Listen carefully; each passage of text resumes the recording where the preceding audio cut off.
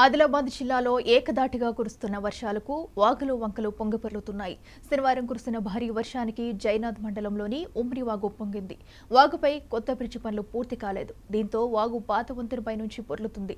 దాంతో సరిహద్దులోని బేల మండలంలోని పలు గ్రామాలకు రాకపోకలు నిలిచిపోయాయి. అధికారులు స్పందించి తక్షణ ఏర్పాట్లు చేయాలని స్థానికులు కోరుతున్నారు.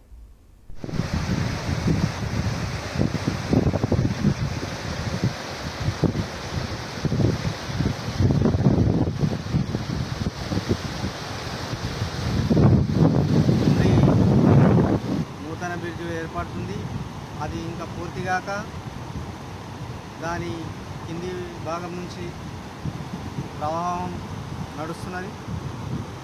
మాకు రాకపోకలకు చాలా ఇబ్బంది ఉంది. ఆదిలాబాద్ ఏదైనా అత్యవసర పరిస్థితుల్లో వెళ్ళాలంటే మాకు ఇదొకటే మార్గం.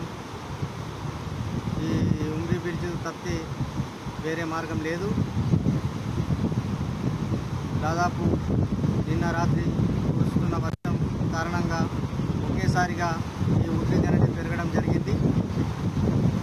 మాకు ఏదైనా అత్యవసర సమయాలలో అంబులెన్స్ కానీ ఇంకేదన్నా ఎటన్నా వెళ్ళాలంటే అత్యవసర పరిస్థితులలో వెళ్ళలేని పరిస్థితి ఏర్పడ్డది. మాది అసలే ముంపు ప్రాంతం. దాదాపు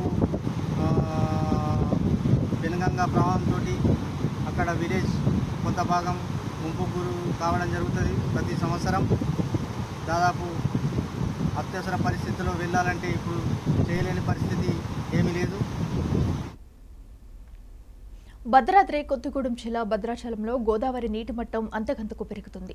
ప్రస్తుత నీటి మట్టం 37 అడుగులకు చేరింది. 6,29,765 క్యూసెక్కుల వరద నీరు దిగువకు విడుదలవుతుంది. ఎగువ ప్రాంతాల్లో వర్షాలు కొనసాగుతున్నందున గోదావరికి నీటి మట్టం పెరగవచ్చని అధికారులు భావిస్తున్నారు.